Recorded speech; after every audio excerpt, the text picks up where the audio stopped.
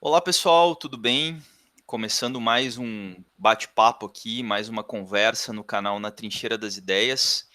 Eu sou Rodrigo Lima, como é de praxe, eu peço que você curta os vídeos do canal, compartilhe nas suas redes sociais e se inscreva também para que a gente possa alcançar, né, cada vez mais pessoas levando debates importantes aí sobre a conjuntura, sobre a teoria revolucionária, marxismo, história da luta dos trabalhadores e outros temas importantes.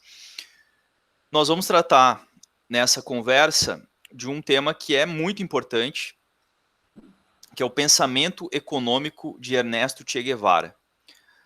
No dia 9 de outubro de 1967, o guerrilheiro heróico foi executado na Bolívia, e além da sua repercussão enquanto liderança guerrilheira, militante comunista, enquanto revolucionário, o Che também deixou um legado muito importante sobre economia.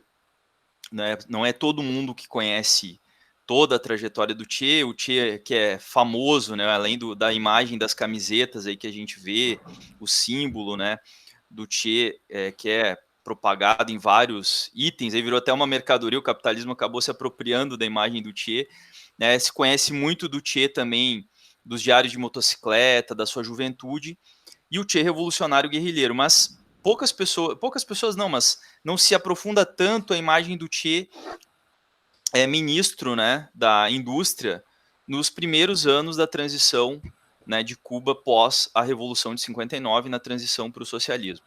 Então é sobre esse Che, sobre o pensamento que ele elabora, sobre as análises que ele vai fazer, as reflexões desse período, no início da década de 60 do século passado, que nós vamos tratar aqui.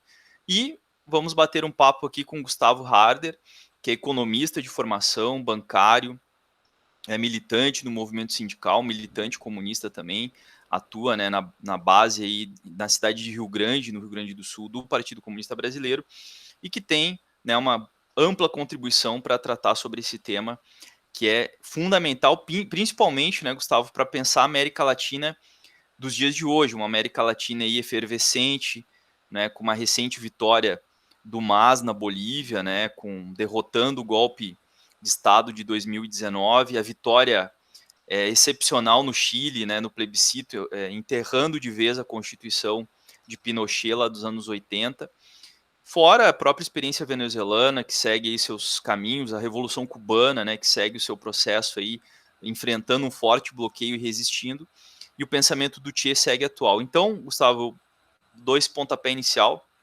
agradecendo a tua participação aqui no nosso canal, e largando já uma primeira reflexão também para tu dar esse pontapé, sobre o pensamento, o que é esse pensamento econômico do Che, como é que a gente situa esse pensamento econômico do Che.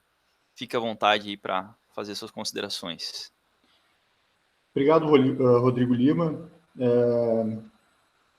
Te agradeço o convite por tratar desse tema, que é um debate que não é comum, é um debate até esquecido.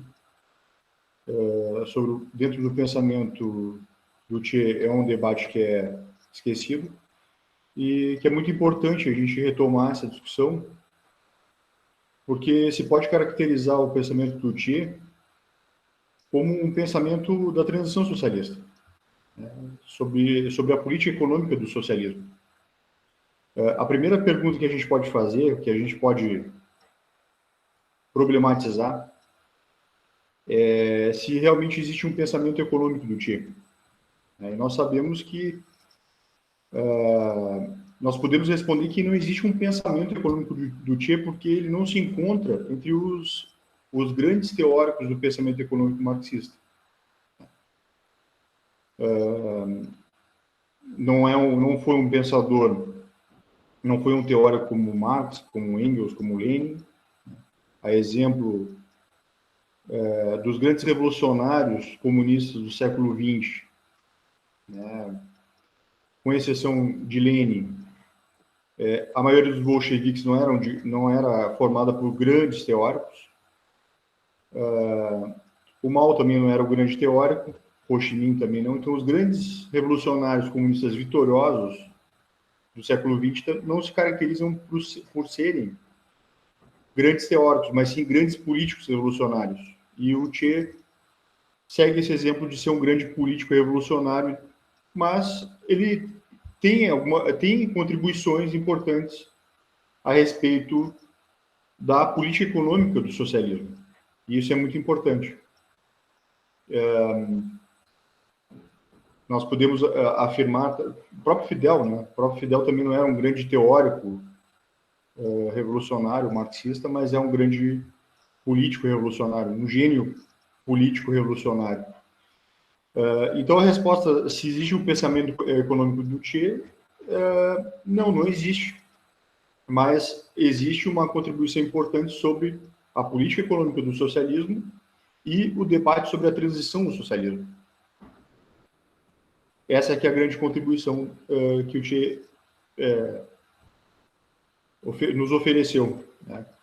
Lembrando que a trajetória política dele é muito curta. A primeira viagem dele pela América Latina foi feita em 1952. Ele nasceu em 1928, ele tinha em torno de 24 anos na primeira viagem. Na segunda viagem foi no ano seguinte, em 53. Então, de 52 a 67, é um período muito curto. Basicamente, são 15 anos de trajetória política, em que ele se forma politicamente durante as viagens, principalmente na segunda viagem, em que ele se depara com um processo revolucionário de caráter de libertação nacional na Bolívia, pelo movimento nacionalista revolucionário. Depois, na Guatemala, em que ele presencia um ataque a que seria um governo de caráter democrático, popular, né, nacionalista, esquerda, do Arbenz, na Guatemala, que sofre um golpe, comandado pelo imperialismo estadunidense. E aí ali ele vai se formando politicamente, né, nos anos 53, 54, e é fundamental uma grande mulher nessa formação, que é quando ele se une e tem uma filha com essa mulher, que é a Hilda Gadea, que é uma militante de esquerda marxista peruana, em que oferece ao Che as primeiras lições sobre teoria marxista. E o Che acaba se reafirmando enquanto marxista a partir daí. Eles se encontram na Guatemala e se unem, tendo uma filha, depois do golpe de Estado na Guatemala, quando vão para o México. E aí, a partir da ida deles para o México, eles são apresentados ao movimento 26 de julho no exílio. O movimento 26 de julho, que nós sabemos, foi um movimento iniciado a partir da tentativa da tomada do quartel de Moncada, em 26 de julho de 53, que é um movimento que se propunha, em 53, ao movimento insurrecional para derrotar a ditadura do Batista. Então, ele se forma nesse período. Politicamente, ele se forma nesse período. Em seguida, tomando conhecimento dos militantes, dos revolucionários do movimento 26 de julho, ele já se apresenta para ser o médico da expedição no embarque ao iate Grama. O embarque ao iate Grama se dá no final de 56. Dos 82 revolucionários do iate, apenas 12 conseguem subir a Serra Maestra, depois do desembarque. Então, ele é um dos 12 e fica acompanha todo o processo revolucionário, sendo um dos destacados comandantes. Ele era, na verdade, para ser um médico da expedição, e acaba se destacando como um grande revolucionário. E acaba sendo um dos grandes quadros do movimento 26 de julho, do Exército Rebelde. E ele ao lado do Fidel e do Raul, que são os braços político e militar da Revolução, depois da construção do processo revolucionário depois da tomada do poder político, ele se torna a principal referência do comando da economia de Cuba. Então, a gente pode dizer que o Fidel era o principal quadro político, o Raul o principal quadro militar, né? E o Che era o principal quadro da política econômica de Cuba de 59 até 1965, em que ele ocupa de maio de 59 até outubro do mesmo ano de 59, o Departamento de Indústrias do recém-organizado Instituto Nacional de Reforma Agrária. Então, ele acompanha de uma forma bastante... tem um protagonismo bastante grande na reforma agrária, iniciada em maio. Em seguida, ele passa ao Banco Central de Cuba, que era, na época, chamado de Banco Nacional de Cuba, de novembro de 59 até fevereiro de 61, em que ele é encarregado aí de fazer uma discussão sobre a substituição de importações, né, garantir as divisas de Cuba enquanto ele ficou à frente do Banco Nacional de Cuba.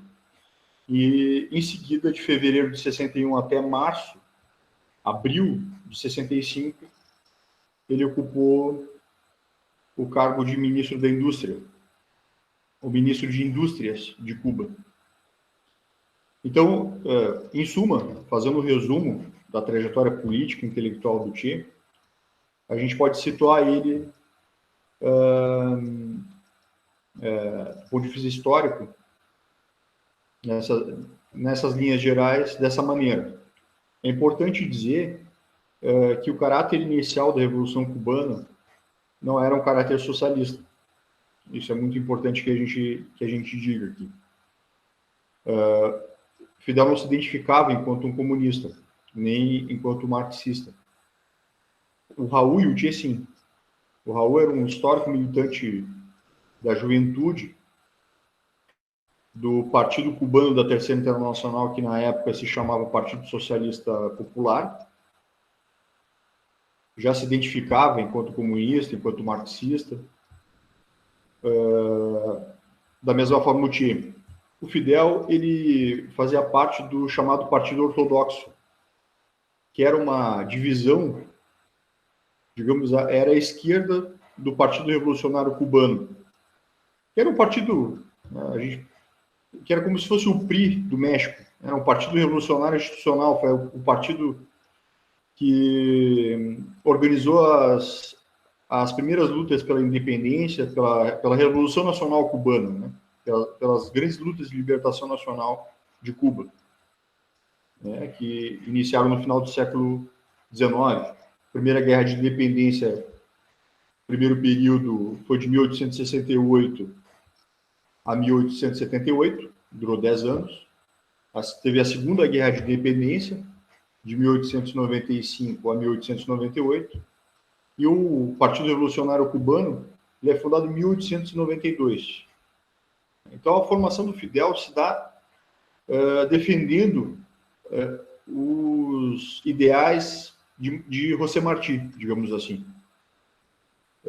O Fidel era um nacionalista revolucionário de esquerda, né? Era um democrata radical, digamos assim.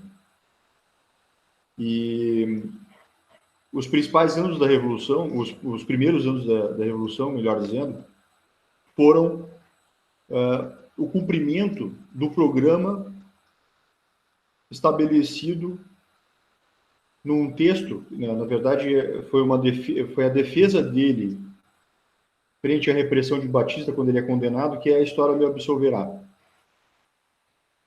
Essa defesa foi transcrita, se transformou num texto, né? Foi transcrita, se transformando num texto, e se transformou no principal programa do movimento 26 de julho.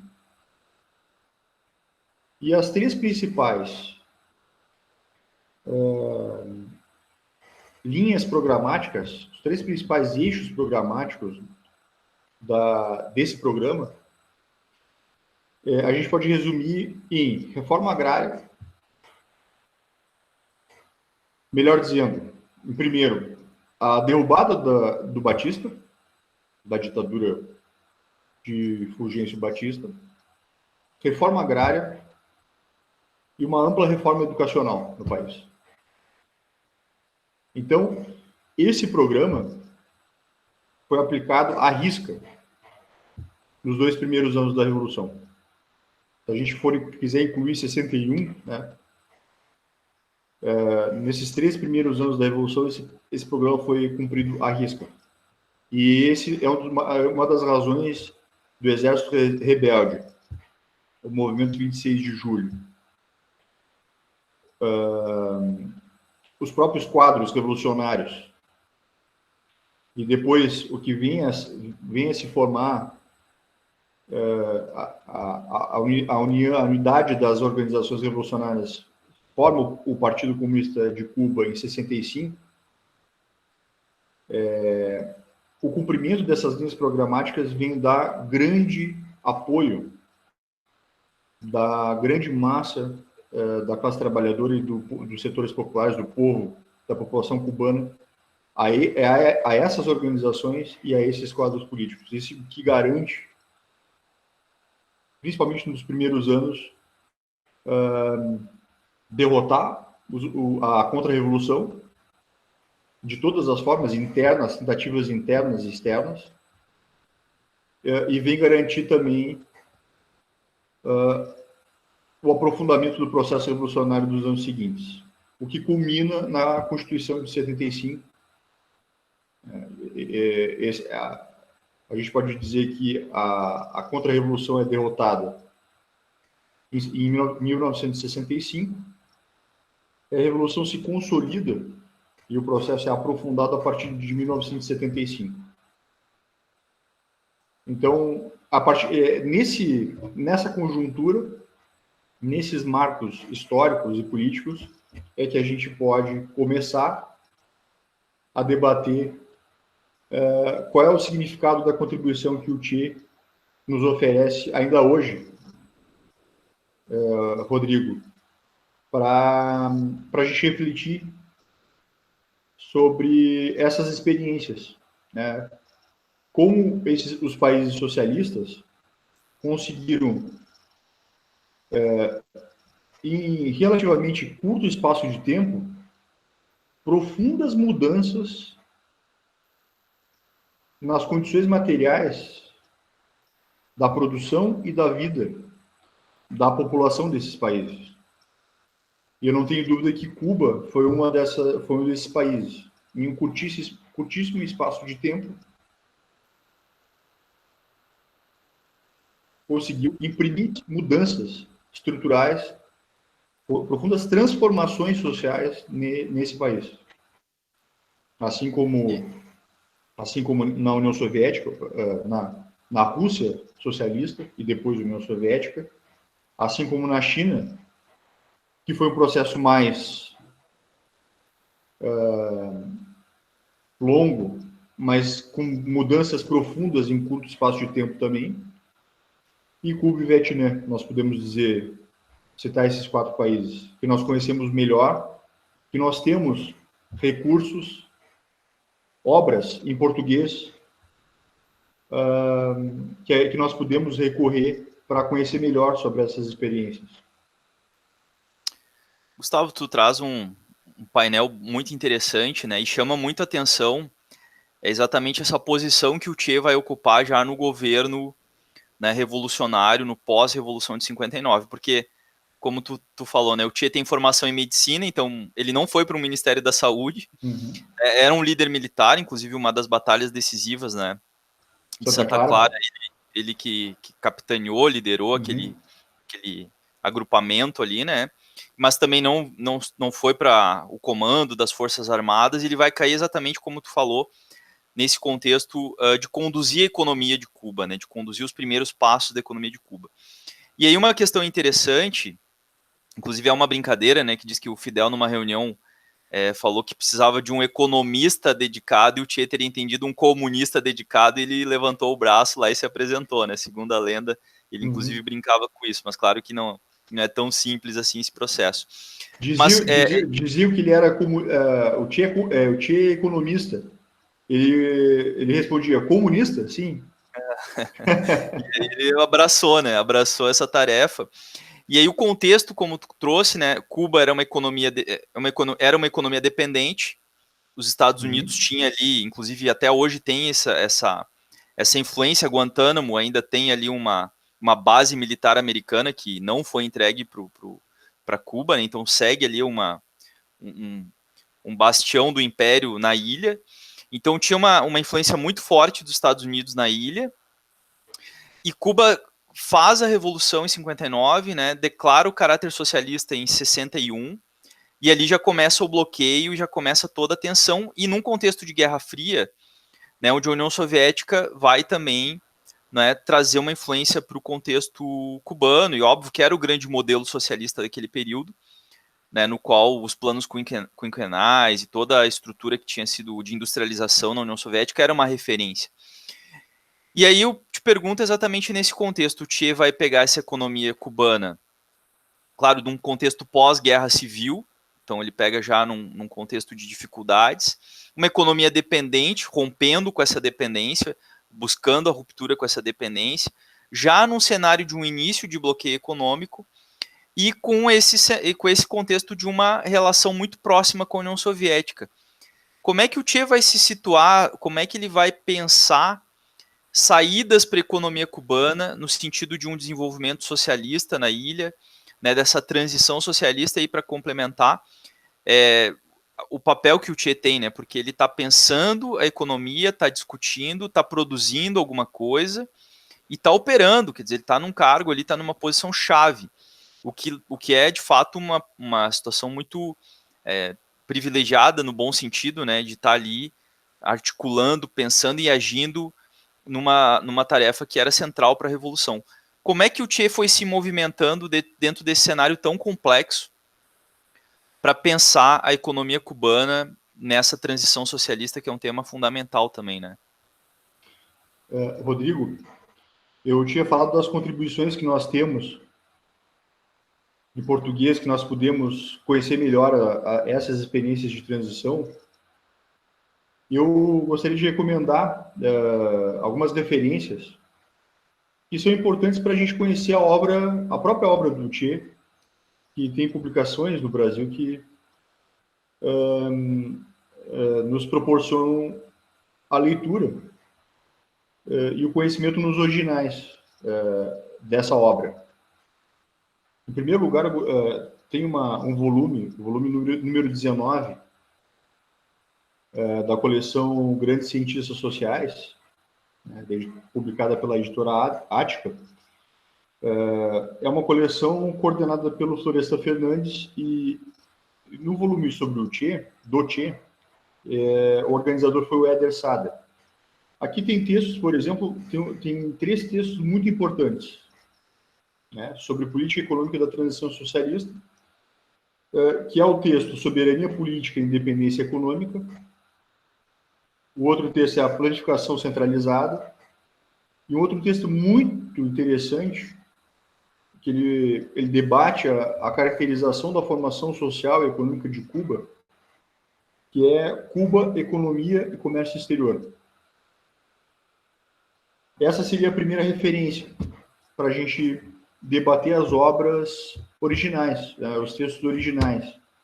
Uma outra publicação, eu tenho aqui, tem uma cópia extraída da Biblioteca do Banco do Brasil, e essa coletânea aqui, Textos Econômicos, e que tem o texto que a gente pode dizer que é o mais elaborado dele, foi redigido em 64, que é o Sistema Orçamentário de Financiamento. Essa coletânea aqui de textos econômicos foi... Ambas as coletâneas surgiram no Brasil a partir da anistia, né? Com a crise da ditadura, se permitiu a publicação desses textos no Brasil, e essa coletânea de textos econômicos aqui saiu pela Editora Global, que tem várias publicações também de obras do pensamento marxista. Um outro livro muito importante é esse aqui. Cuba, Anatomia de uma Revolução, do Paul Suisse e do Leo Huberman. São dois marxistas estadunidenses que eles vão a Cuba em 60, publicam esse livro aqui, que é um livro muito bom, pouco conhecido, e foi publicado no Brasil no ano de 60 mesmo, antes do golpe, 64. E esse livro foi a primeira edição e não existe mais, é um livro que é muito importante. Outra contribuição importante é a Revolução Cubana, que saiu na coleção Revoluções do Século XX, organizada pela uma coleção que foi coordenada pela Emília Viotti da Costa. O livro da Revolução Cubana é muito bom também. E tem um livro,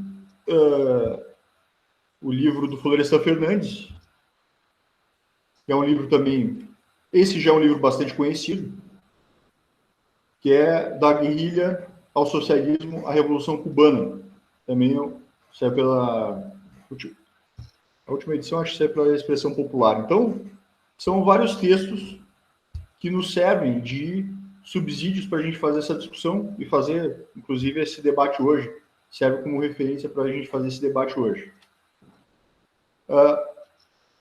O principal debate naquela época, em seguida da vitória do Exército Rebelde, era de que forma a economia cubana, a sociedade e a economia cubanas iriam romper com a dependência e com a falta de soberania que existia desde a independência, porque se tornou um país que a gente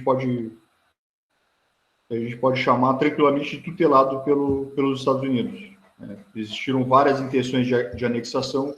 Existe uma medida da primeira Constituição, que é a Emenda Platt, que subordinou a independência cubana à intervenção dos Estados Unidos. Sabemos que isso só foi rompido posteriormente. Um fato interessante é que a posição dos revolucionários do movimento 26 de julho, ela era uma posição alternativa à visão que o PSP, Partido Socialista Popular, os comunistas cubanos, tinham sobre a realidade cubana. Isso vai ser confirmado, isso se consolida a partir de um texto publicado em 62 pelo Che, que é Tática e Estratégia da Revolução Norte-Americana, que ele vai contestar a principal visão que os comunistas tinham, a visão que a Terceira Internacional tinha, sobre a formação social e o caráter da revolução dos países periféricos. Os revolucionários do movimento 26 de julho, eles não concordavam com a visão que os comunistas tinham da realidade cubana. Inclusive, o PSP apoiou o governo constitucional do Fulgêncio Batista, que foi eleito depois da Constituição de 40, foi apoiado pelos comunistas. Naquela visão de que deveria se formar uma unidade, uma suposta burguesia nacional, para desenvolver o capitalismo no país, para, a partir daí, sendo a contradição principal da sociedade, né, capital e trabalho, aí sim se lutar por uma revolução de caráter socialista. Os comunistas cubanos tinham essa visão. E os comunistas cubanos, na época da tentativa de tomada do quartel de Moncada, fizeram uma análise que era um processo, um movimento insurrecional de caráter pequeno burguês e tal, que não fazia parte nem da tática, nem da estratégia do Partido Comunista, do Partido Socialista Popular, que era o partido cubano da Terceira Internacional naquela época. Isso vai mudar, obviamente, durante o processo revolucionário. O PSP depois vai fazer parte do Exército Rebelde. Mas isso é muito importante para dizer, porque a primeira coisa que a gente pode dizer é que a caracterização sobre a formação social de Cuba que o Che faz, nesse artigo muito importante que tem, que é sobre a formação social de Cuba, né? Cuba, economia e comércio exterior, é que já se caracteriza Cuba como um país capitalista a partir do fim da escravidão em 1880. A partir de 1880, se tem a abolição da escravidão.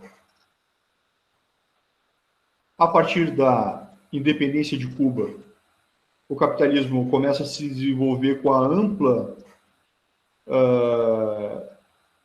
penetração do capital internacional, notadamente estadunidense, em toda a área de infraestrutura e principalmente no controle da economia açucareira, que era a principal base da economia cubana. Cuba se formou enquanto uma colônia exportadora, uma colônia espanhola exportadora de produtos primários, açúcar, tabaco e café, basicamente, mas o principal produto era a cana-de-açúcar e uma manufatura escravista de açúcar, açucareira. Muito parecido com a formação social do Nordeste brasileiro. A proximidade é bastante grande, com a zona da mata do Nordeste brasileiro e com a formação social de Cuba, inclusive culturalmente. A Bahia, o recôncavo baiano tem muita semelhança com a formação social e com a cultura da ilha de Cuba. Então, nós podemos dizer que Che caracterizava a economia cubana como já uma economia capitalista, e, portanto, a contradição fundamental da sociedade cubana era entre capital e trabalho. E o caráter da revolução, ou seja, a teoria da revolução cubana, teria que ser de caráter socialista. O outro detalhe é que eles já tinham a experiência da enorme quantidade de golpes de Estado que houve na América Latina a partir da década de 50. Não se tinha, os revolucionários do movimento 26 de julho não tinham a menor confiança nos processos eleitorais, na via institucional. Eles reivindicavam a Constituição de 1940, o Fidel, na história, me absolverá, reivindica a Constituição de 1940 como uma Constituição muito progressista, bastante democrática, que tem várias garantias é uma constituição de caráter social, liberal, mas o que levou eles a um processo insurrecional foi a não acreditar que seria possível mudanças estruturais ou executar o programa, né, do movimento 26 de julho dentro dos marcos institucionais. Visto que eles derrotaram um governo resultado de um golpe de Estado em 52, que foi o segundo governo do Fulgêncio Batista, que foi um governo golpista, né, que usurpou o poder em 52.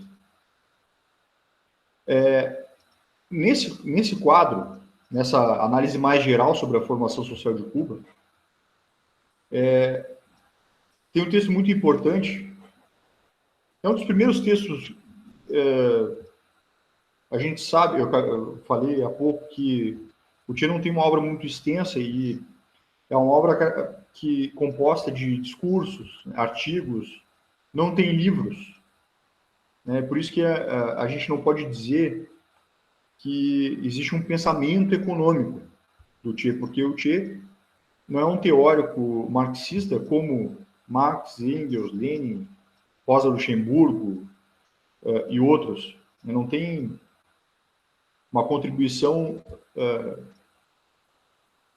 teórica sobre novas visões, uma visão contemporânea do capital, por exemplo, como tem o Lenin e a Rosa Luxemburgo, né, no início do século XX.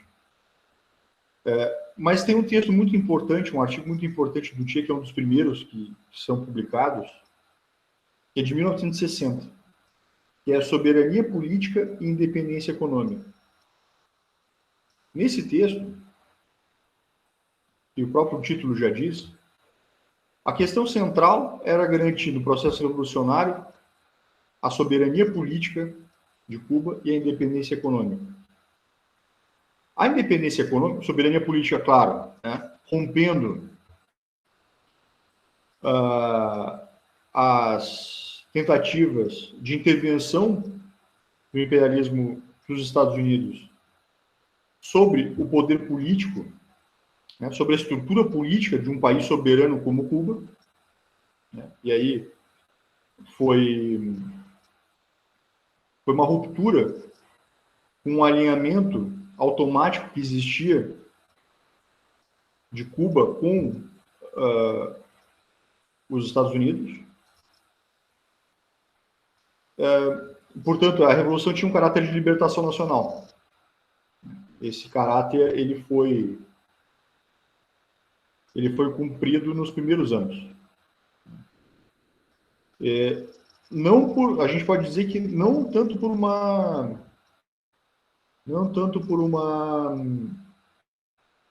um ato unilateral dos revolucionários, porque os Estados Unidos acharam que os revolucionários iriam convocar eleições em seguida. E o governo dos Estados Unidos até demonstrou certa simpatia no ano de 59 com o movimento 26 de julho. Mas, quando, em março de 59, se tomam as primeiras medidas de reforma agrária, de expropriação de latifúndios, de centrais açucareiras, de usinas açucareiras, que eram, a maioria delas, de propriedade do capital estrangeiro, norte-americano, a partir dali, as relações entre os dois países começam a entrar num processo de agudização. Esses conflitos começam a se agudizar de uma tal forma que culminam com o rompimento das relações entre os dois países, aí sim de forma unilateral pelos Estados Unidos em 61. Esse é o ponto da libertação nacional e da soberania política. Certo? Tem um ponto sobre a independência econômica. E o Che, isso o Fidel também defendia, que para Cuba se tornar um país independente, ele teria que se industrializar. o que entrava em convergência com o que existia, que é a esquerda latino-americana, desde os desenvolvimentistas, passando pelos comunistas, defendiam na época. Era necessário para romper a dependência, romper uma inserção subordinada na divisão internacional do trabalho. Esses países os países periféricos deveriam se industrializar, substituindo importações. Esses países deveriam deixar de ser países produtores de produtos primários e monocultores, né, exportadores de matérias-primas. Né. Países primários exportadores. Cuba era um país primário exportador, em que pese a caracterização que o Che, por exemplo, faz de Cuba, seja uma economia capitalista, o que se desenvolveu em Cuba foi um capitalismo na agricultura, foi o capitalismo no campo, porque tinha uma indústria que não era desenvolvida. Então, a primeira defesa que é feita é a substituição de importações, buscando, em primeiro lugar, com a reforma agrária, substituir importações de produtos básicos da alimentação dos cubanos, arroz, feijão, leite, que Cuba... E aí a gente pode traçar vários paralelos com o processo bolivariano na Venezuela. É muito interessante os primeiros anos da Revolução Cubana. Tem um caráter também de libertação nacional, nacionalista de esquerda. São países muito próximos e a Venezuela, como Cuba, também é um país primário exportador. Apesar da Venezuela ser mais complexa, ser um país mais populoso, tem semelhanças entre os dois países. O fato é que, mesmo caracterizando a economia cubana como uma economia capitalista, era um país agrário. E com a reforma agrária iniciada a partir de março de 59, o Cuba começa a substituir importações para começar a ser autossuficiente em produtos, em alimentos básicos, produtos alimentares básicos.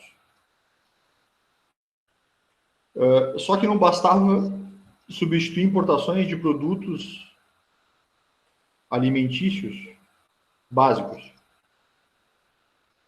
Teria que internalizar a produção industrial, por exemplo, a indústria de base, né, a mineração, além da indústria de alimentos, né, a indústria de base e a indústria pesada. E é isso basicamente que o Che vai se ocupar no Ministério da Indústria. O Che vai defender que, para que a revolução atinja o objetivo que o país se torne independente economicamente, ele defende a industrialização de Cuba. Esse é um dos principais eixos do debate. Só que não é o único, porque esse debate vai proporcionar outros desdobramentos. Dentro desse debate sobre independência econômica e industrialização de Cuba, que é uma defesa que os cepalinos, os teóricos da CEPAL, da Comissão Econômica para a América Latina da ONU, inclusive participaram nos primeiros anos da Revolução no planejamento de Cuba, na planificação de Cuba. Essa era uma defesa dos desenvolvimentistas de esquerda.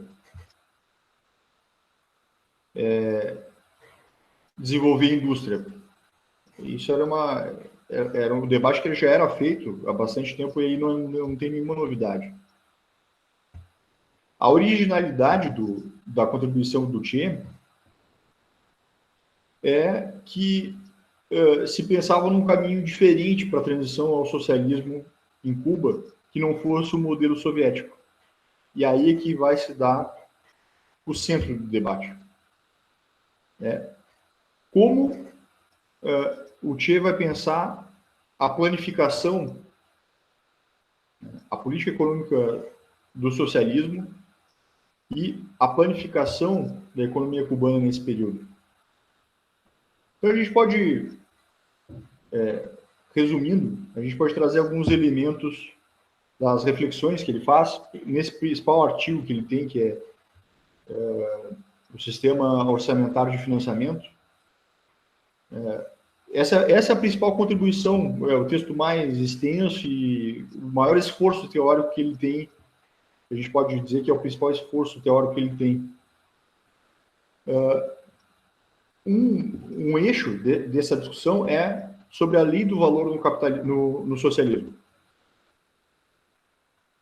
Outro eixo é sobre a contradição, né, o debate, um antagonismo que se forma em Cuba entre o sistema orçamentário de financiamento e a autogestão financeira, que é um modelo de planificação que começou a existir a partir da década de 50 na maioria dos países socialistas. Né? Esse modelo foi iniciado, a gente pode dizer que foi iniciado na Iugoslávia, e durante a década de 50, ao longo da década de 50, depois do período de Stalin, esse modelo ele é adotado, começa a ser adotado, que introduz alguns mecanismos, né, de mercado nas economias socialistas. A gente pode lembrar que processos revolucionários são dinâmicos, né? E na União Soviética houve diversos movimentos sobre esse debate na transição, houve diversos movimentos, ora de introdução, por exemplo, com a NEP, ora de introdução de alguns mecanismos de mercado, em seguida, no período de Stalin, na década de 20, se defende um planejamento centralizado, uma industrialização acelerada, a coletivização da agropecuária.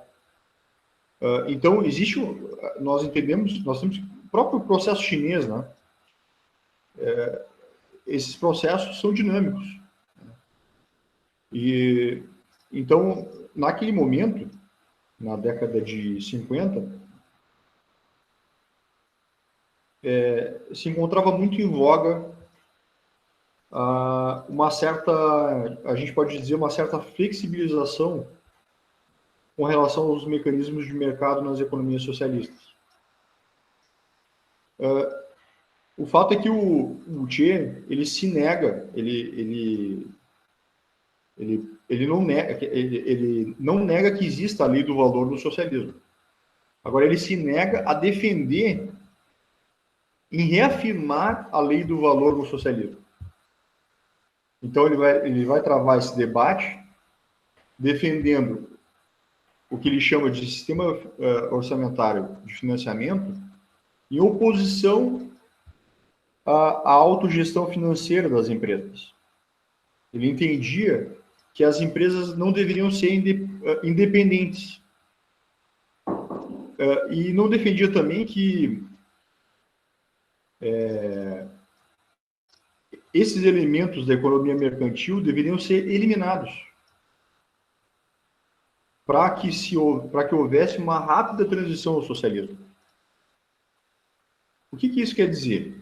Que quanto menor circulação de moeda, por exemplo, entre as empresas, né, que as trocas entre as empresas ocorressem no menor volume possível.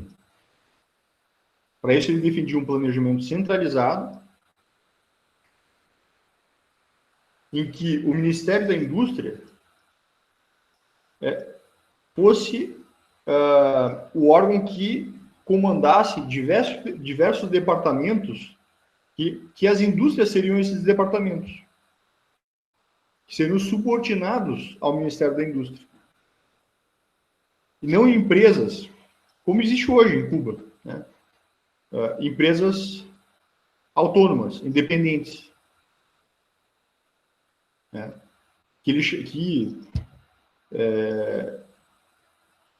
Ele até critica que se usava a expressão o cálculo econômico. Né? O sistema orçamentário de financiamento se opunha ao cálculo econômico, que nada mais é do que a autogestão financeira das indústrias, das empresas estatais. Então, um outro elemento que ele defendia é que os estímulos aos trabalhadores, às trabalhadoras, não deveriam ser estímulos materiais, financeiros, e sim estímulos morais, para que, da mesma forma, não se estimulasse a economia mercantil na transição ao socialismo. Se eliminasse a ideia de que existia valor de troca na economia. Essa ideia se liga muito à ideia do homem novo em Cuba, né? Homem no sentido de humanidade, né? Uma nova humanidade que deveria se formar em Cuba, não pensando na apropriação do trabalho em termos de valores de troca, e sim na ideia comunista clássica de cada um conforme a sua capacidade, para cada um conforme a sua necessidade, nesse sentido. Se liga também à visão do trabalho voluntário, que se desenvolve a partir das iniciativas. As iniciativas de trabalho voluntário têm a ver com a visão desse homem novo no socialismo em Cuba, que eu te defendi. Essa avaliação, a avaliação que se faz sobre isso, já concluindo aqui para responder essa tua pergunta feita inicialmente, a avaliação que se faz foi muito crítica em relação ao Che, né? Principalmente com relação à maioria dos quadros políticos da economia cubana, inclusive o próprio Fidel faz uma crítica a isso no balanço do primeiro congresso do Partido Comunista de Cuba, em 75. Faz uma avaliação de que o sistema orçamentário de financiamento defendido pelo Che tinha elementos de uma ideia voluntarista, imediatista, digamos assim, que não teria a ver com a realidade material das condições materiais da realidade cubana na época. Foi criticado também, e o debate que o Che trava, importante, com Charles Bettelheim, que é um economista marxista francês, e com os próprios economistas soviéticos. O Che estudou muito um importante manual, que é uma leitura importante também a gente conhecer, o Manual de Economia Política do Lapidus e Ostravitchanov, que era um manual muito conhecido, um manual muito conhecido de economia política, né, um manual soviético,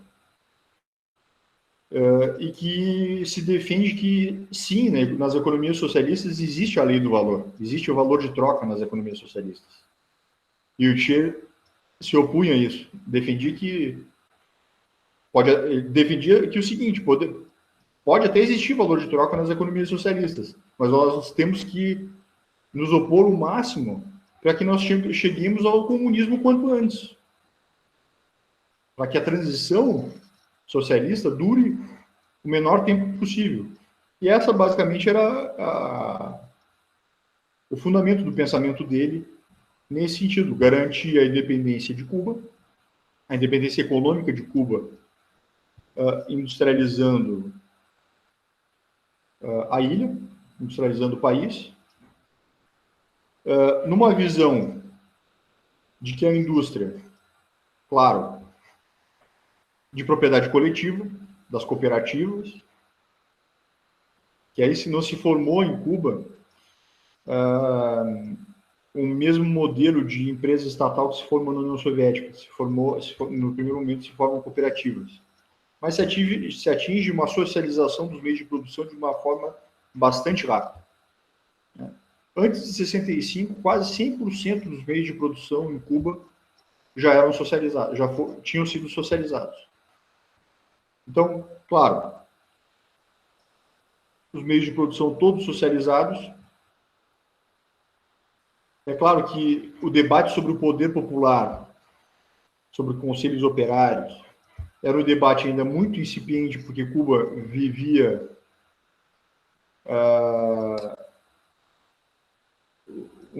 até 65, a gente pode estender até 75.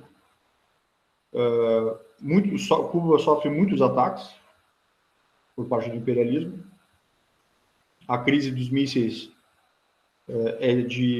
primeiro tem Plaja Hiron, 61, depois tem a crise dos mísseis em 62. Então, tudo isso é muito... é um impedimento para que se abra uma discussão sobre, por exemplo, conselhos operários ou poder popular. Na verdade, os revolucionários já entendiam que o poder popular era o próprio exército rebelde. O poder popular foi formado na Revolução. Os comandos populares formados no exército rebelde já eram um poder paralelo à ditadura do Batista naquela época. Já eram territórios revolucionários, digamos assim, quando existia uma vitória do exército rebelde, ali já se formava ali o poder popular. Então, tem essa discussão, Rodrigo, sobre por que não se abriu em Cuba uma discussão sobre conselhos, sobre o poder popular, etc. Essa discussão vai se dar depois,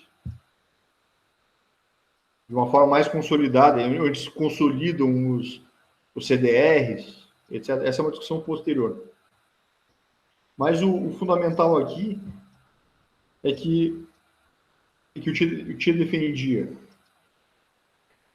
a industrialização de Cuba com a socialização dos meios de produção, que Cuba conseguisse atingir a sua independência econômica e que essa transição ao comunismo se desse da forma mais rápida possível, numa transição socialista num curto espaço de tempo, negando no sentido de se opondo à reafirmação de que existia valores de troca na economia cubana. Defendi que os valores de troca deveriam ser eliminados.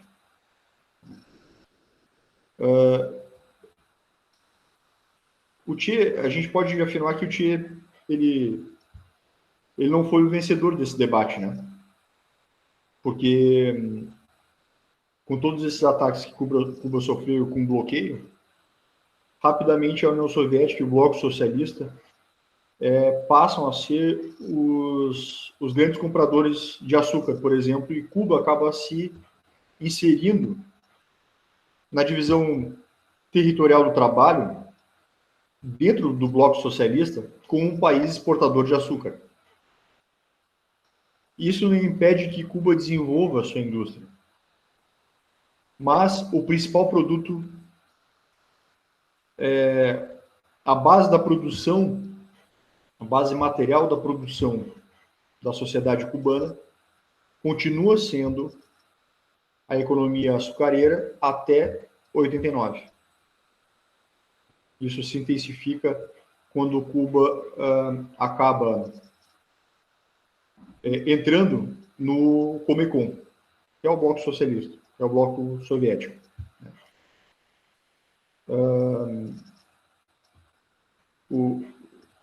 a União Soviética faz um trabalho de solidariedade e de apoio econômico, de cooperação com Cuba. O que faz essa ideia inicial que o Che tinha sobre a transição socialista faz com que essa ideia seja derrotada. E a gente pode dizer que ela foi derrotada. Porque Cuba acaba seguindo o que os principais quadros dirigentes da economia cubana, com exceção do Che e os economistas soviéticos, os economistas marxistas que fizeram esse debate, acabam adotando essas posições da autogestão financeira, de uma visão de que existia valor de troca, né, na economia cubana, e assim por diante. Além de, claro, né, essa inserção na divisão internacional do trabalho do mundo socialista, que acabou aprofundando uma certa dependência, não uma dependência como se dá no mundo capitalista, no sentido da troca desigual. Até porque, quando quebravam safras de açúcar, Cuba continuava recebendo apoio. Então, não se trata de uma dependência em termos da troca desigual que existe no mundo capitalista. Existia uma cooperação entre Cuba e o bloco socialista. Agora, passou a existir uma dependência no sentido de que Cuba virou um importador de bens manufaturados do bloco socialista, sem conseguir completar a sua industrialização. Apesar de ter desenvolvido muito a indústria, né, principalmente na década de 70. Atingiu seu auge. A indústria de Cuba atinge seu auge em 85, né, meados da década de 80. Mas é um país que não fabrica carros, por exemplo. Bens de consumo duráveis, né, eletrodomésticos. Cuba nunca fabricou isso, sempre importou. Então, o desfecho disso, a gente pode dizer que o projeto que o Che tinha em mente, ele não foi adotado. Rodrigo.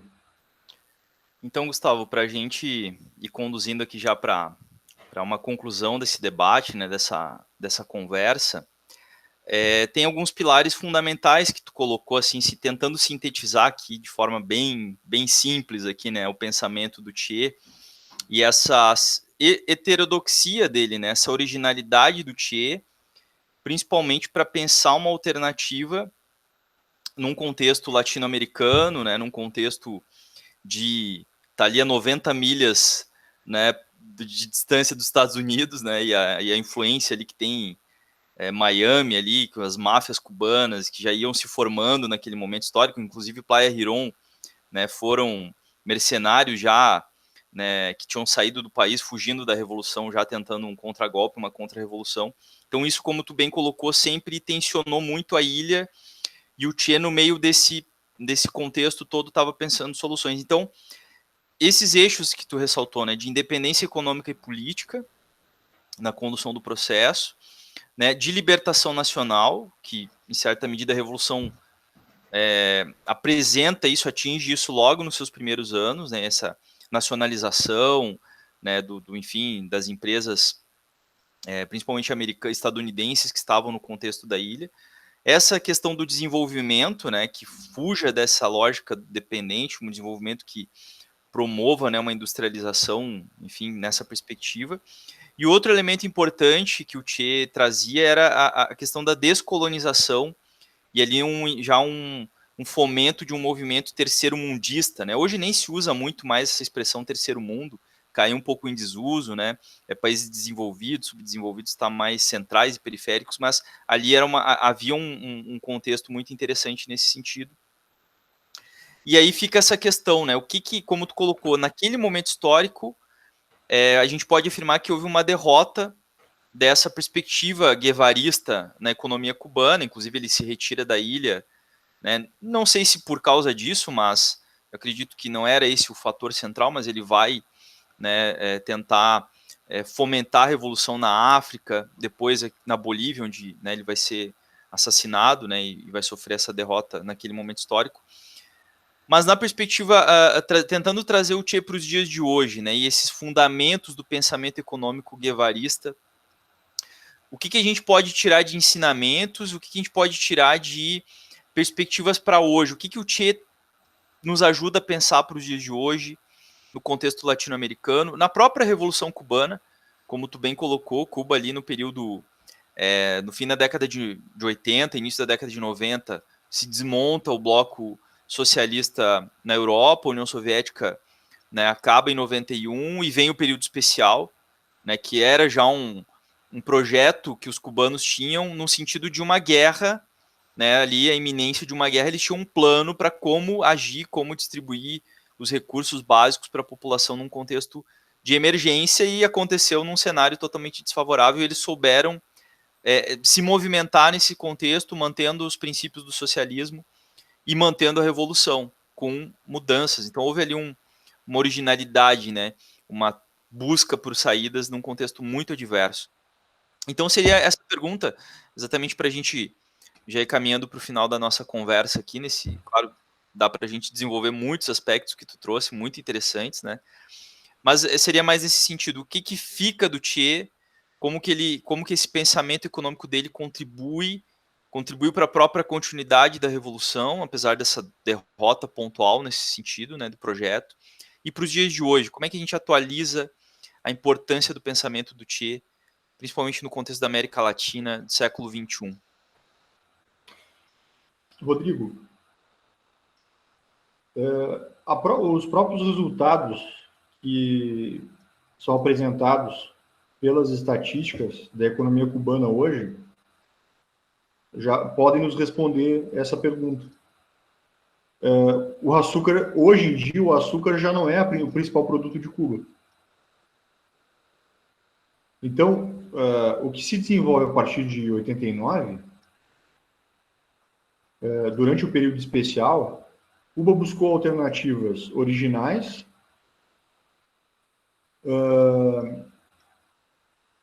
em que pese a grande crise que se formou, porque o principal ponto, por exemplo, petróleo soviético, né?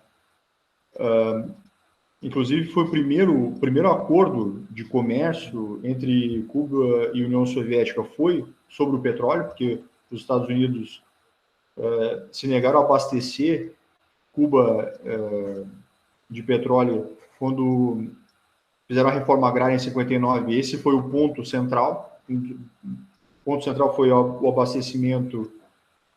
Primeiro, romper as cotas de compra de açúcar, que imediatamente a União Soviética já se colocou à disposição para encampar a produção açucareira de Cuba, né? Os Estados Unidos, então, se negam a fornecer petróleo para Cuba. Então, a União Soviética imediatamente começa a abastecer Cuba de petróleo. Óleo cru, óleo bruto. As refinarias estadunidenses, os grandes monopólios estadunidenses do petróleo, as grandes refinarias, se negam a refinar o petróleo soviético. E aí, os revolucionários nacionalizam as refinarias para refinar petróleo soviético. Então, o principal produto de importação de Cuba é o petróleo, né? Cuba não tem grandes rios com potencial hidráulico, então as usinas são todas termoelétricas, basicamente a grande maioria são termoelétricas movidas a óleo. Com a crise do socialismo na Europa, né, com a crise do bloco socialista, Cuba fica desabastecida de energia. Esse é o ponto fundamental.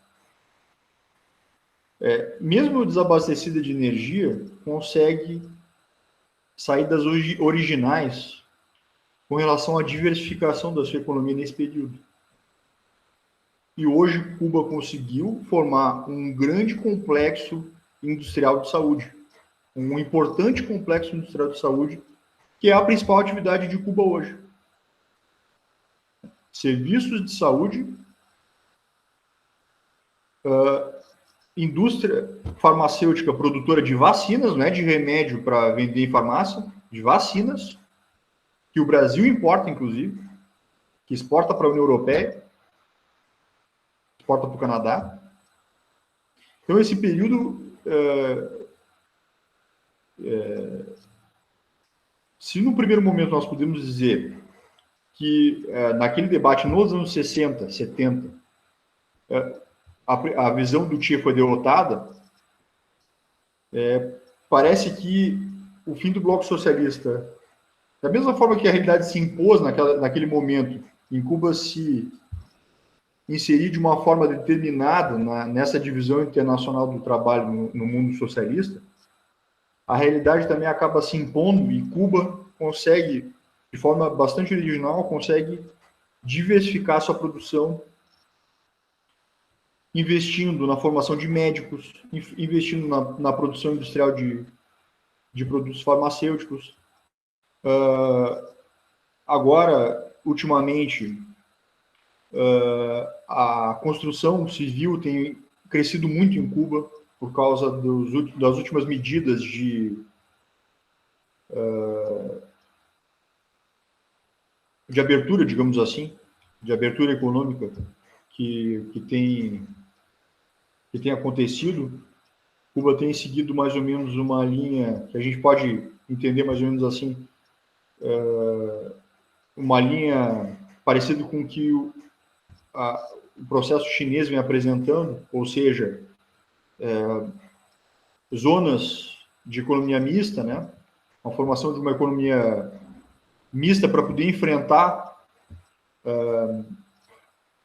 o processo do período especial. Lembramos que o período especial acabou em 2013 e o período especial acabou em 2013 por uma participação muito importante que se chama Venezuela, ALBA. A principal dependência, o produto que Cuba mais depende hoje de importações é o petróleo. E a Venezuela, o processo bolivariano na Venezuela, vem conseguindo abastecer essa necessidade que Cuba tem com relação à energia, essa demanda que Cuba tem com relação à energia. Um outro ponto também que reflete essa diversificação é também a mineração de níquel, né? A indústria niqueleira em Cuba também tem um papel importante, bastante importante. Essa indústria começa a se desenvolver na década de 70, com apoio da União Soviética, né? Porque o níquel é usado na indústria metalmecânica, inclusive na indústria bélica. É um mineral, é uma parte da mineração que Cuba tem um papel muito importante no mundo. É um grande exportador. Não dá para dizer que é um grande exportador, mas é um exportador importante. Agora, o interessante de dizer é que Cuba continua dependente da importação de arroz. E essa alta que nós vemos no país hoje, a grande risicultura capitalista do país, inclusive aqui no sul do Rio Grande do Sul, o que eles não falam é que essa alta de preços se deve à exportação para Cuba e para Venezuela. Porque a cotação... É um dado interessante, eu não tenho os dados, o número aqui, mas eu li no jornal Correio do Povo, do Rio Grande do Sul, que boa parte do arroz produzido no Rio Grande do Sul é exportado para a Venezuela e para Cuba, né? Tem um percentual bastante significativo que vai para os países... Né, Cuba não conseguiu, é um item básico da alimentação de Cuba, é arroz e feijão, como no Brasil. E Cuba importa esses dois produtos. O Brasil não é um grande... sempre a produção nacional de arroz, a produção nacional arrozeira aqui no país, sempre foi para consumo interno. O que acontece agora é que, com um câmbio favorável para as exportações, o arroz brasileiro é muito mais barato do que qualquer outro no mundo, que fez aumentar a demanda pelo produto brasileiro, e aí os capitalistas arrozeiros do Rio Grande do Sul têm decidido ganhar mais dinheiro vendendo para Cuba e para Venezuela, só porque eles não falam para onde eles vendem. Só porque eles... Vocês podem pegar os dados do Ministério, que agora é Ministério da Economia, antes era Ministério do Desenvolvimento e Comércio Exterior, mas os dados do Comércio Exterior do Brasil, e ver para onde vão as exportações de arroz do Brasil, Venezuela e Cuba. Então, Cuba continua importando, não é autossuficiente em tudo, passou por uma crise muito grande na década de 90, conseguiu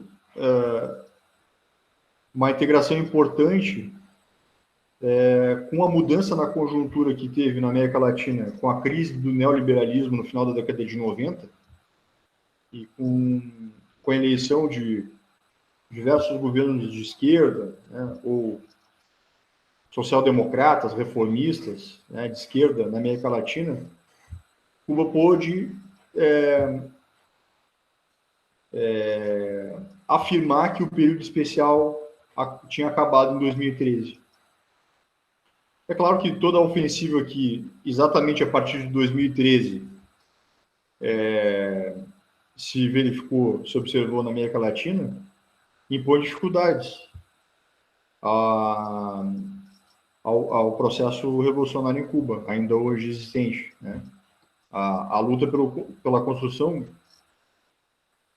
da transição do socialismo para o comunismo em Cuba. Isso ainda vem impondo dificuldades. É um país de 10 milhões de habitantes, né? Uma ilha. Tem muitas limitações. Mas que atingiu, se costuma dizer, dos grandes resultados que Cuba atingiu nos primeiros anos da Revolução, com relação a que eu já comentei bastante sobre a reforma agrária, sobre educação, sobre habitação. Não existe déficit habitacional em Cuba, e sobre saúde, principalmente. A gente costuma afirmar bastante sobre esses resultados dos indicadores sociais, né? O IDH de Cuba, os indicadores sobre subnutrição e etc. Mas nós podemos afirmar hoje que Cuba conseguiu diversificar, a partir da crise do socialismo no período especial, durante o período especial, Cuba conseguiu diversificar a produção nacional. Sendo que hoje, o principal produto não é mais o açúcar. Isso é muito interessante da gente observar. Nem o tabaco, né, que é tão famoso, apesar de ter uma importância na economia cubana, né, mas... Tem uma importância... Aliás, a produção fumageira de Cuba, a indústria fumageira de Cuba, que é uma manufatura, digamos assim, né, uma manufatura de altíssimo valor agregado, ocupa hoje valores maiores, tem uma importância maior, inclusive, do que a exportação de açúcar bruto. Então, Cuba tem investido aproveita esses produtos de alto valor agregado que tem, a indústria de bebidas, com o rum, e essa manufatura, né, essa produção, digamos, semi-industrial que existe da indústria fumageira, e conseguiu, de certa forma, atingir algum grau de diversificação ao invés de exportar o açúcar bruto.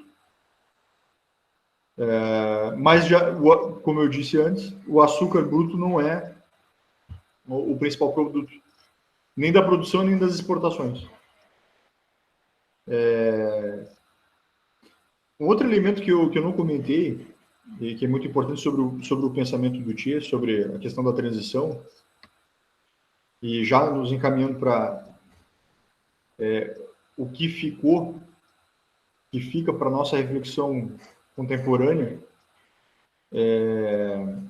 para a gente pensar na transição ao socialismo, um elemento que eu não disse é sobre o papel dos bancos na economia socialista, que o Tchê tinha uma visão completamente diferente do que existia nos países socialistas e continua existindo hoje. Ele acreditava que os bancos deveriam ser apenas o caixa das empresas estatais, fazer só as operações de débito e crédito, e não trabalhar com o crédito, ou com o que o Marx chama, né, no capital portador de juros. O banco não deveria ser um intermediador financeiro, né, mas não deveria ser um agente financeiro para emprestar e receber a juros.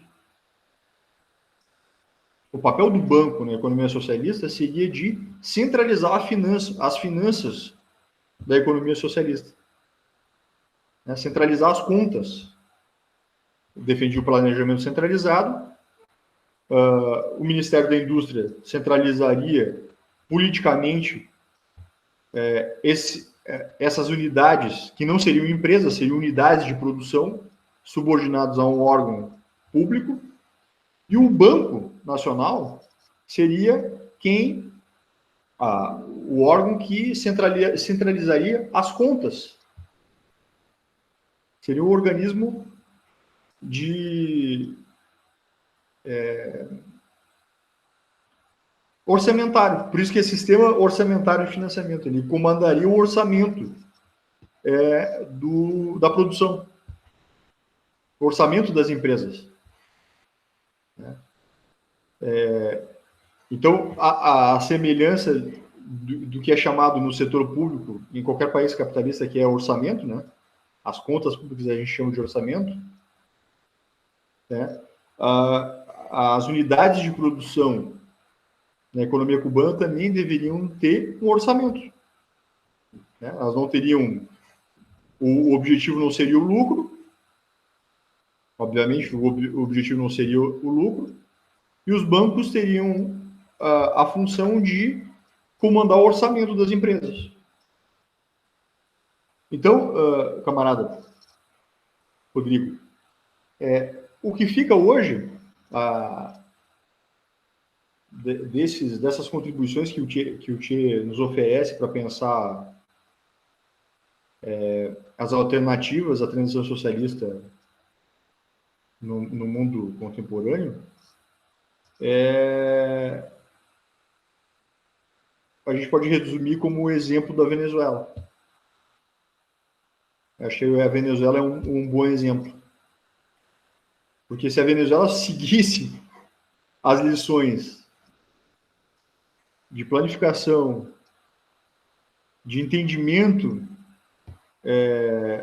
sobre o que é a soberania política e a independência econômica, talvez a Venezuela não passasse por tantas dificuldades por esse bloqueio, no sentido de internalizar mais a produção, ter mais independência com relação à produção industrial, que esse é o principal problema, falando de um país muito próximo, que tem uma realidade muito próxima da nossa, que a gente pode exemplificar, os problemas econômicos com relação ao bloqueio imposto à Venezuela hoje poderiam ser superados com as lições e o entendimento que o Che tinha sobre a economia cubana. Com a diferença que Cuba era um exportador de açúcar e a Venezuela é um exportador de petróleo, que é um produto com muito maior valor agregado. E a capacidade que a Venezuela teria de construir transformações muito mais profundas se tivesse diversificado, internalizado a produção, tivesse rompido essa inserção na divisão internacional do trabalho do mundo capitalista, Nós temos que lembrar que a Venezuela é um país capitalista, a formação social dominante da Venezuela é capitalista, mas aqui a gente está falando de algo que era defendido antes do caráter da Revolução Cubana se definir socialista. Que era algo que o Fidel defendia na história Me Absolverá, né? Que é industrializar o país para ter soberania política e independência econômica. Então, se tem um país que a gente pode, claro, não que a gente queira interferir na política de um país irmão, mas é um exemplo importante a gente analisar as condições do processo bolivariano na Venezuela hoje, né, e as dificuldades que são impostas ao bloqueio. Se a Venezuela tivesse mudado a sua base produtiva para não ser um importador de bens manufaturados, inclusive o arroz brasileiro. O arroz do sul do Brasil poderia ser autossuficiente em arroz, por exemplo. Né? Poderia ser autossuficiente em outros bens manufaturados. Né? Não que isso não aconteça hoje. Atualmente, Cuba também importa. É importador de bens manufaturados também. Só porque importa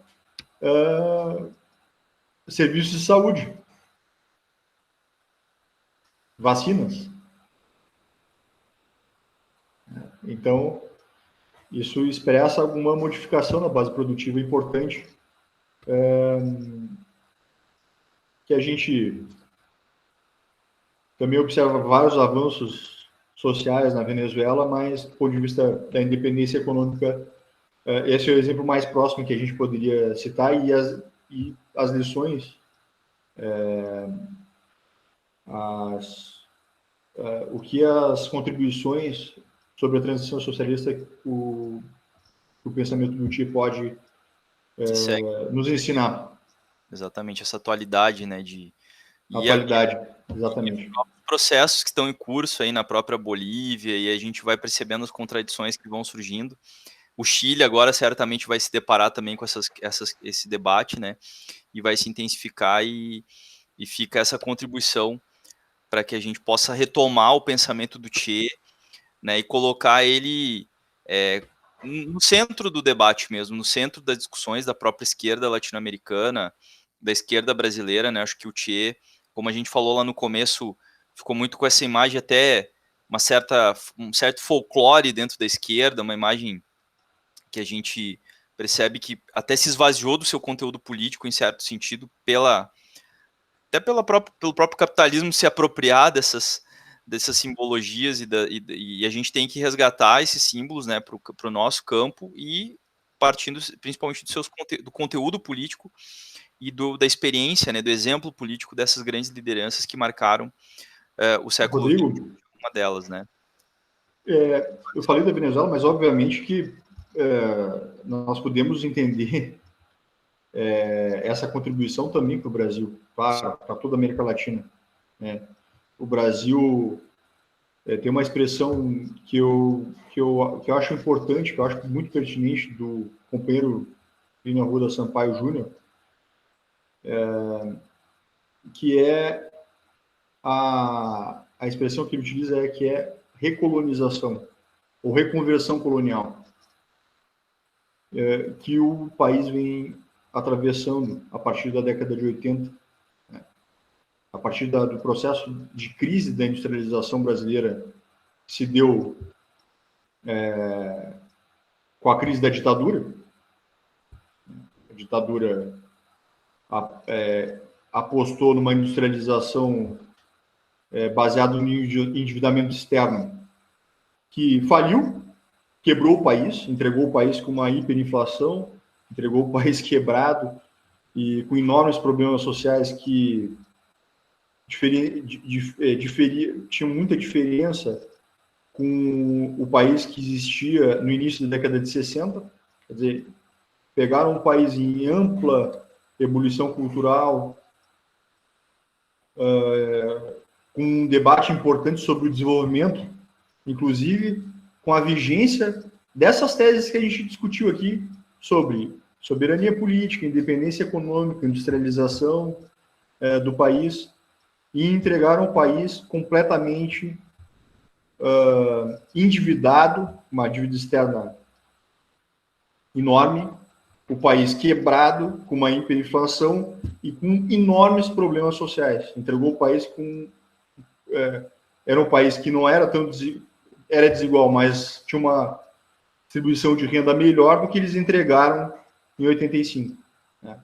Então, essas lições, para todos os países periféricos e para todos que entendem que a saída para esses países periféricos seja uma ruptura que nos encaminhe para um processo de libertação nacional e de uma revolução de caráter socialista, da socialização dos meios de produção,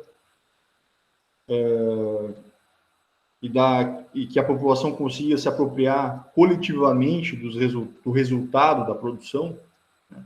Para todos aqueles que entendem dessa forma, eu acredito que a atualidade dessas contribuições continua vigente. Continua muito vigente. Serve para nós fazermos também a crítica desse processo de reconversão colonial que o país vem sofrendo nesse período em que se transformou em um país também exportador de matérias-primas. Cada vez mais. Principalmente a partir da década de 80, onde a ditadura começou a fazer um esforço de exportação de produtos primários para fazer frente aos compromissos do endividamento externo. Esse modelo que nós temos, esse modelo econômico que nós temos vigente hoje, ele foi implantado pelo Delfim Neto em 80, veio se aprofundando, né? Foi ampliado durante a década de 90 com a abertura, e hoje o Brasil enfrenta uma crise muito grande pela falta por ser um importador de produtos, de ter virado novamente um importador de bens manufaturados. De se transformar de novo, ter a base da sua economia, ter a base da sua dinâmica econômica. O que faz crescer e o que faz reduzir o PIB é o setor exportador. Isso é muito grave. Que é a base, né, Gustavo, do programa que tem a figura do Bolsonaro como essa figura patética, mas por trás está esse programa, né, dessa reconversão colonial, porque entra o setor do agronegócio, entra o setor, né, do capital financeiro, que são os grandes motores desse processo aí que está em curso no Brasil e se aprofundando agora no governo Bolsonaro. Mas, camarada, eu te agradeço a tua presença, deu uma live aqui, uma conversa, na verdade, né, um bate-papo aqui bastante rico, vários temas, vários ganchos, né, para a gente tratar em outros momentos. E depois a gente também coloca, né, na descrição aqui do vídeo algumas referências que foram citadas durante o nosso bate-papo, para quem quiser se aprofundar. E passo para ti fazer tuas considerações finais, né, te despedir e agradecer mais uma vez a tua disponibilidade, a tua participação aqui no canal. E mais uma vez, né, o pessoal que está acompanhando, se inscreva, curta, compartilhe. É isso aí. Eu te agradeço pelo convite. Fico sempre à disposição para, se a gente quiser aprofundar esses debates, os temas do debate que a gente teve aqui, da conversa, dessa entrevista que a gente teve aqui hoje. E sempre reafirmando a atualidade na nossa conjuntura, do pensamento do Tia, mas não só do pensamento do Tia, né? principalmente do pensamento de Marx, de Engels e de Lenin, fundamentalmente, que são contribuições teóricas que nos ajudam a pensar a realidade e a buscar alternativas de transformação da realidade e de efetivamente, objetivamente, atingir os objetivos dos que lutam por uma sociedade superior à sociedade capitalista, que é a sociedade socialista, com o objetivo final da sociedade comunista. É fundamental nós reafirmarmos a atualidade desses teóricos, desses políticos revolucionários, para a gente entender não só o passado, entender a atualidade da aplicação desse pensamento, dessas teorias para o mundo de hoje e visando um projeto futuro de transformação da sociedade rumo ao poder popular e rumo ao socialismo. Obrigado, camarada. Então tá, Gustavo, muito obrigado e teremos outros momentos aí para aprofundar outros debates aí no campo do marxismo, né, debate no campo da economia e principalmente pensando em os rumos do mundo, né, mas em particular da América Latina e do Brasil também. Então é isso aí, encerramos a nossa conversa, até uma próxima. Valeu, tchau, tchau.